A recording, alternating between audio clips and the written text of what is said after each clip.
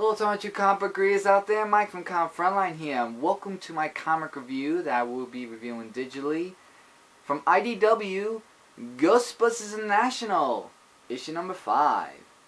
Before we get into the story, let me show you guys some preview artwork, which is drawn awesome, as always when I read the Ghostbusters comic book.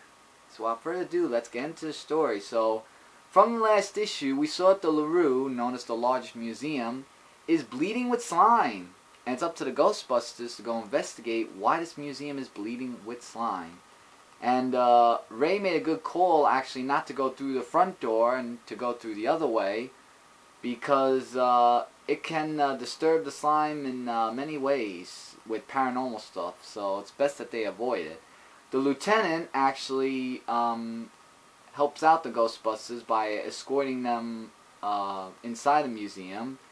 And meanwhile, back in New York City, we see Egon doing a theory about the, I hope I'm saying this right, the Ryo Skinner, something like that.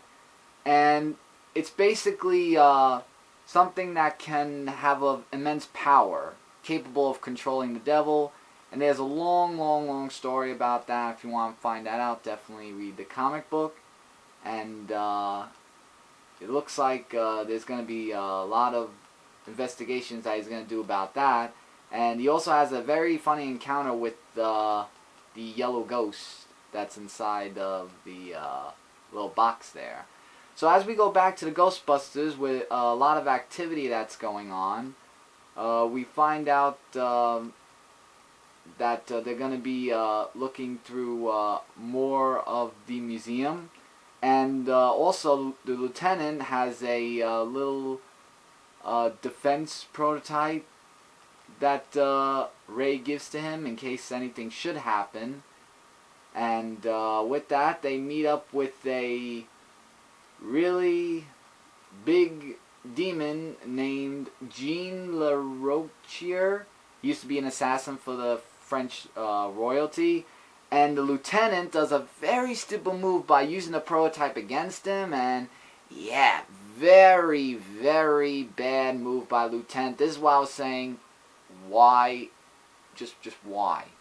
Because I knew that something was going to mess up, but as the story continues though, they try to stop it with some type of spritzers that they use, and they use it on the paintings, and the lieutenant doesn't like that, and well, if he didn't do that to let them start something, then none of them would have been ruined. So, as they're moving on, going outside, where the more of the demonic activities from Gene is happening, we find out that he has this artifact that he's bonding with from issues back where we found out about the artifact. And man, when it keeps evolving, God, it gets uglier and uglier, and I was just, yeah. But the lieutenant actually does a smart move, actually. And he comes up with an idea of saying that he knows that the beams could not touch him, and he protected himself with the artifact. So he came up with an idea that if the 3 of them shoot at the demonic entity, he can go around it and take the shot at the artifact, so that way it can get him to be a little bit weakness to the artifact, that he can go into the containment unit, which they did successfully, but the artifact was destroyed. So there was a good and a bad part to it. And yeah, there's probably more investigations that they're gonna keep on doing there, as of what the lieutenant said. Then we go to Vinter talking with Maya, and Maya is his assistant, and it does not look good, because it looks like that Vinter wants to ensure the Ghostbusters' involvement, and they're just getting started. Oh boy. And that is to be continued until next time in the Ghostbusters comics. So lots of stuff's happening, and this was a really great adventurous book. I mean, Ghostbusters, they just keep on busting ghosts and demonic stuff, and even the lieutenant, even though he was a little bit in the beginning of this book, he got into coming up with an idea, which was helpful to the Ghostbusters. But for this comic book, guys, rating I would give for this, I think it deserves a 4 out of 5 stars. I mean, the artwork was awesome, and the story was really great. I'm really enjoying the Ghostbusters comic book, the Ghostbusters International comic book from IDW, and it's a fun read, guys, and definitely pick this up if you're a Ghostbusters fan. If not, then you won't. Up to you guys.